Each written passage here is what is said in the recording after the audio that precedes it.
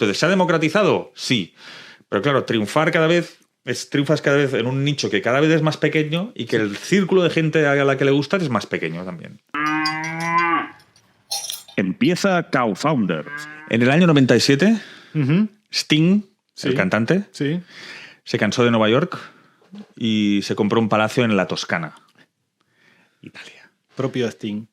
Y se ve que cuando le preguntaron, que era con una mansión espectacular al lado de un lago increíble, le preguntaron, ¿cuánto te ha costado esta mansión? ¿Y él sabes qué contestó? No. Una canción. One song. Y esto me da pie para explicarte, Facundo, buenas tardes. Buenas, Roger, ¿cómo vamos? Que antes, o sea, estamos hablando de los años 90, en una era pre-internet, justo empezaba a pinchar internet por ahí.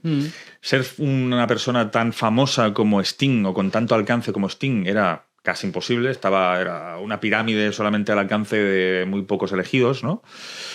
Pero los que lo conseguían de forma muy bestia. Es decir, una sola canción te podía pagar toda la mansión y todo lo que ha ido cobrando desde ese día que dijo me he comprado la mansión, todo lo que ha ido cobrando desde esa canción solamente serán unas cuantas mansiones más seguramente.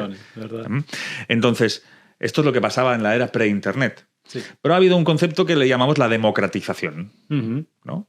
Que es ahora cualquier persona, como tú o como yo, tenemos un micro delante, nosotros no hacemos canciones, o como mínimo no en Cofounders, pero somos capaces de lanzar nuestro producto para que tenga impacto a millones de personas. Sí. Pero ¿qué pasa? Que como todo el mundo tiene acceso a este micrófono, hace también que sea más difícil poder llegar a millones de personas. Correcto. Antes lo difícil era superar las barreras de la discográfica, el productor, llegar arriba, lanzar el disco. Pero una vez lanzabas el disco, como había una producción relativa, depende del año, pero había una producción relativa, pues tú sabías que había unos X miles o X millones de discos que ibas a vender. Correcto. Hoy en día, tú sacas un disco en Spotify y estás en el medio de un océano increíble de artistas y todo, que está muy bien, porque ha democratizado... la familia se entera. Ha democratizado el acceso, pero que cuesta mucho. Lo mismo pasa con los libros, lo mismo pasa con los podcasts, con las canciones, con todo. Entonces, la pregunta para arrancar hoy era, ¿la democratización de Internet que tenemos es la democratización que queremos? Me gusta. Yo pienso que me trae a la analogía esta de si se cae un árbol en el medio del bosque y no hay nadie para escuchar el ruido. ¿Cómo sabemos que se cayó, ¿no? O sea, hay alguna evidencia. Porque creo que hay tantas voces y tanto ruido que es ensordecedor, lo cual hace prácticamente imposible escuchar una nueva voz. La verdad es que es para reflexionar la primera parte que me dijiste, que es si en realidad hay más o menos Stings ahora en el mundo dando vueltas. También es interesante reflexionar sobre eso. Es decir, el hecho de que se haya democratizado el acceso a publicar contenido, sea en canciones, ha generado más o menos artistas. Yo creo que seguramente el número de artistas es el mismo, el número de gente con talento. Lo que pasa es que sí que es cierto que hay gente que tiene más posibilidades de explotar su talento o de practicarlo y de enseñarlo.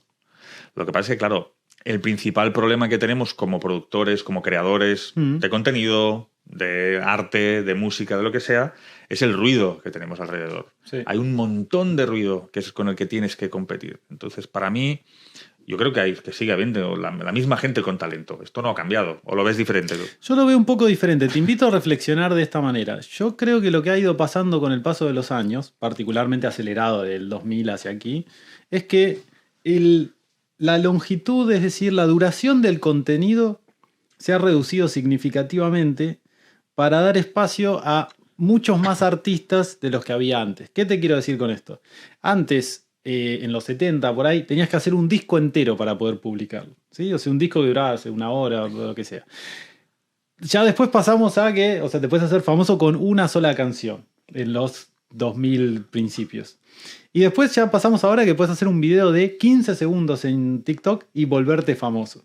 Por supuesto no vas a hacer un Sting, pero yo lo que creo es que en esta democratización lo que también ha sucedido es que se ha acortado un poco digamos, como el requerimiento de cuánto contenido se necesita para llegar a una masividad. Pero aquí hay toda la parte que decíamos del algoritmo, ¿no? El algoritmo es el que marca y todo esto. Pero fíjate que en el caso de la industria musical es muy curioso porque en los años 40, 50, ¿no? Cuando empezaban a hacer la industria musical, de álbumes, la unidad mínima era el single, ¿no? Y los EPs también, que era el single, era una canción por una cara y otra por la otra, la cara B. Vale.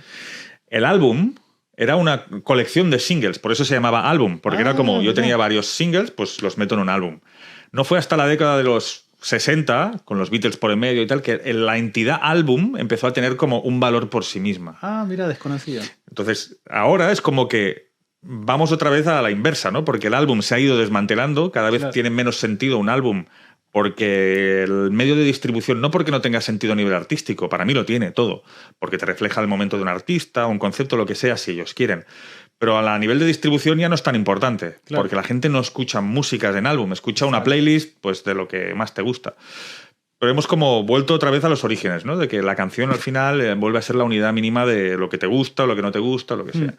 Pero fíjate que lo que te quería decir es que para ellos era muy difícil en ese momento conseguir un contrato con una discográfica y firmar y ser famoso y triunfar con tu música, pero es que ahora esta reflexión que te hacía de Sting viene de la mano de otra, que es la de Bizarrap, ¿no? Que te gustará más o menos Bizarrap. Hay gran talentosa. El Visa, siempre está invitado. Si algún día nos escribe el Visa, lo traemos. Creo que se me puso en spam, algo vi por ahí. Pero lo revisaré. Míralo. Revisaré que no se haga por eso. El tío decía que, claro, lo ha petado muchísimo los últimos años con canciones como la de Shakira, ¿no? Pero no es suficiente. Es decir, no se puede comprar una mansión en la Toscana con una canción que ha dado la vuelta al globo de 1000 maneras. Entonces, es posible que haya tenido más exposición la canción de Bizarrap, puede ser, pero la repercusión que tiene a nivel de negocio es mucho menos que una sola canción de Sting. Esto da para pensar también. Buen punto. Porque ahí creo que lo que empieza a pesar es qué porcentaje de como el total de contenido dando vuelta ocupa tu canción, ¿no? O sea, capaz... Claro, entre el ruido. Exacto. O sea, cuando Sting saca una canción, digamos, él era el 5% del mercado musical, por exagerar. Exacto, ahí voy. Y capaz hoy Bizarrap es el 0,0001. Sin embargo, escuchamos sus canciones en todos lados, pero eso no quita que... Y esto va en una charla que no sé si tuvimos aquí, pero que te decía que hace 30 años quizás había 3 canales de televisión o 6 canales de televisión aquí en España. Claro, cuando yo llegaba al cole, todo el mundo había visto lo que habían hecho al día anterior en TV3, por ejemplo. Claro. Pero es que hoy en día, con la disgregación que hay, con la distribución que hay de canales, es imposible que tú llegues mañana al trabajo y todo el mundo haya visto la misma serie o el mismo programa de televisión. Es muy difícil que pase esto, porque incluso si te gusta MasterChef o alguno de estos programas que es en directo o en falso directo, pero que emiten un día a la semana, es que lo puedes recuperar después en digital. Claro. Entonces, el concepto de esto a nivel cultural, sí que lo hablamos un día, porque yo te decía que, claro, el fenómeno de los Beatles confluyó en un momento de la historia en el que era lo que había también. Claro. Había muchas más cosas también, pero que era muy fácil de que tú abrieras la radio y la música pop era esa en ese momento. Hoy en día hay música pop, hay la música electrónica, la música más latina, la más internacional, la más ochentera, la más... Hay mucha disgregación de lo que puedes escuchar por la radio, y ya te digo radio, si vas a Spotify ya absolutamente cada uno tiene sus gustos. Entonces, ¿se ha democratizado? Sí. Pero claro, triunfas cada vez en un nicho que cada vez es más pequeño y que el círculo de gente a la que le gusta es más pequeño también. Fíjate, me voy a ir por una tangente, pero que es directa a tangentes mis especialidades, pero que es directo a lo que decías. Fíjate que no solo pasa con MasterChef o con los programas de televisión, esto que decías de que antes había menos, ¿sí? Sino que para mí también pasa con la realidad en sí misma. Es decir, cuando antes todos veían el mismo noticiero de, no sé, las 8, las 9, las 6, todos más o menos, como decías, volvías de la escuela o ibas al trabajo, a la oficina, todos habían visto el informe de la noche anterior y había como un consenso de que esa es la realidad de lo que sucedió en el día de ayer, ¿no? O sea, ¿qué sucedió ayer? Hubo este problema, hubo este escándalo. Eso era el titular, eso era el diario, era la información que uno tenía que tener para sentirse que, bueno, había cumplido con su deber de ciudadano de estar informado. Hoy vos mirarás tus noticias en internet, otro mira las noticias de internet, y cada uno tiene como su propia construcción de cuál es la realidad. ¿Sí? Entonces, como independientemente de que uno estuviera de acuerdo o en desacuerdo con lo que el periodista dijera en el noticiero de las 9. Pero el tema es que antes al menos estaba ese concepto de que todos compartíamos esa realidad, ¿no? Como que era sostenida por todos. Hoy me parece que vivimos en este mundo donde los algoritmos nos muestran a cada uno una cosa distinta, porque tú y yo vamos los dos buscamos la misma palabra en YouTube y vamos a encontrar resultados distintos. Y lo mismo si lo buscamos en Google y demás. Entonces, como que cada uno sostiene su realidad a través de lo que consume. Digo, también se ha distorsionado mucho por ese lado, ¿eh? Otro impacto. Pero entonces, y aterrizándolo al mundo de la empresa, ¿para qué quieres un podcast, ¿no? Si nadie te va a escuchar? ¿O para qué quieres un newsletter? ¿O para qué quieres un medio de comunicación si hay tanta disgregación? Y esto es muy curioso porque yo tenía... En la banda que tengo les decía un día en coña, tenemos que hacer un podcast, ¿no? Y me decían, no, es que todo el mundo tiene un podcast, que está en la historia. Es como, sí, todo el mundo tiene un podcast, pero tú tienes que saber para qué lo quieres. Correcto. Al final, para mí, que nosotros tengamos este podcast, y esto yo pienso que se puede aplicar a cualquier empresario, de verdad te lo digo, a cualquier empresario, significa una manera de expresar tus ideas y tu visión del mundo. Tu visión sobre el problema que solucionas. Y esto lo haces a través del podcast, porque para mí no se trata de tener un 5% del mercado, como Sting, sino de que la gente que llegue a tus redes de alguna forma y que tenga un problema que tú le puedes solucionar, o que se inspire con tus ideas, o que esté de acuerdo con tus ideas, que le gusten, o al revés, o que discrepe totalmente, pues te pueda encontrar y pueda seguir el camino que tú le vas marcando. Correcto. Y esto en cualquier empresa puede funcionar. Es decir, estas herramientas al final hacen de que es posible de que haya alguien escuchando este podcast ahora... en 2027, ¿no? En 2050. Estamos grabando en 2024, sí, pues podría pasar, pero porque es una persona que nos ha descubierto, ha empezado a tirar para atrás, y cada vez que nos escucha, pues se va convenciendo de que le gustamos más o menos y de que somos su posible solución o no su posible solución a su problema. Si tuviéramos una empresa, que no la tenemos. Todavía. Porque no nos deja Vito. Vito está montando algo. Vito, vamos con que saque los papeles. Pero esta democratización, por este lado, a mí me gusta mucho, porque tienes la oportunidad de utilizar el media y de situarte de que el espacio, en este caso, yo sí que estamos compitiendo, nuestro podcast está compitiendo con MasterChef. Sí. Que decíamos, ¿no?